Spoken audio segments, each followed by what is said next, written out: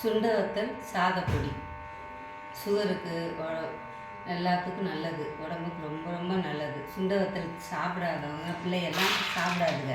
இந்த மாதிரி பொடி ஐட்டம்ஸ் வச்சு கொடுத்தா சாப்பாட்டில் போட்டு நல்லா சாப்பிடுங்க.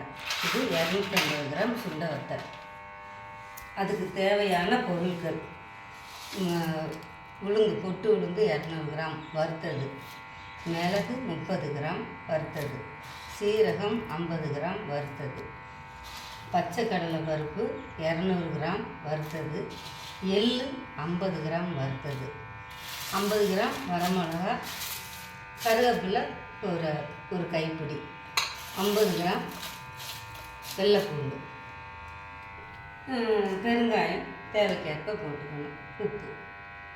இது அரைச்சதுக்கப்புறம் பொடியாக்கி காமிக்கிறேன். புளி 25 கிராம் வறுத்தது நல்லா.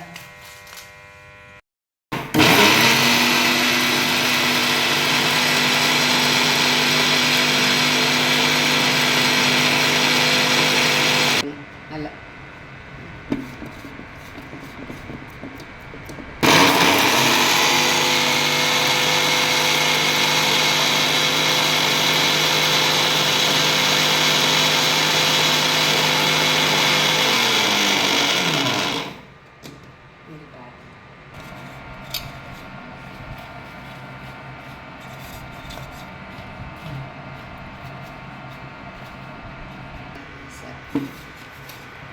இது கொஞ்சம் அரைக்கலாம்.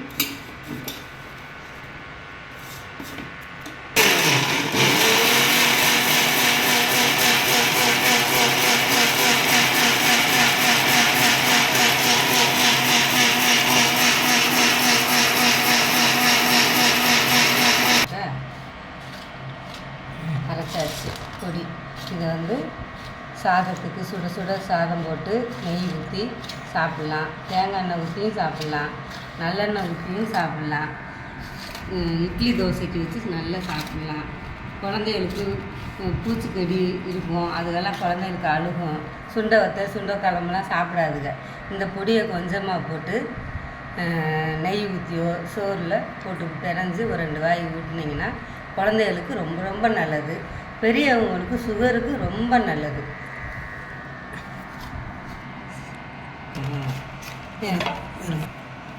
இப்போ சாப்பிட்டு பார்த்துட்டு எப்படி இருக்குன்னு சொல்லுங்கள் கமெண்டில்.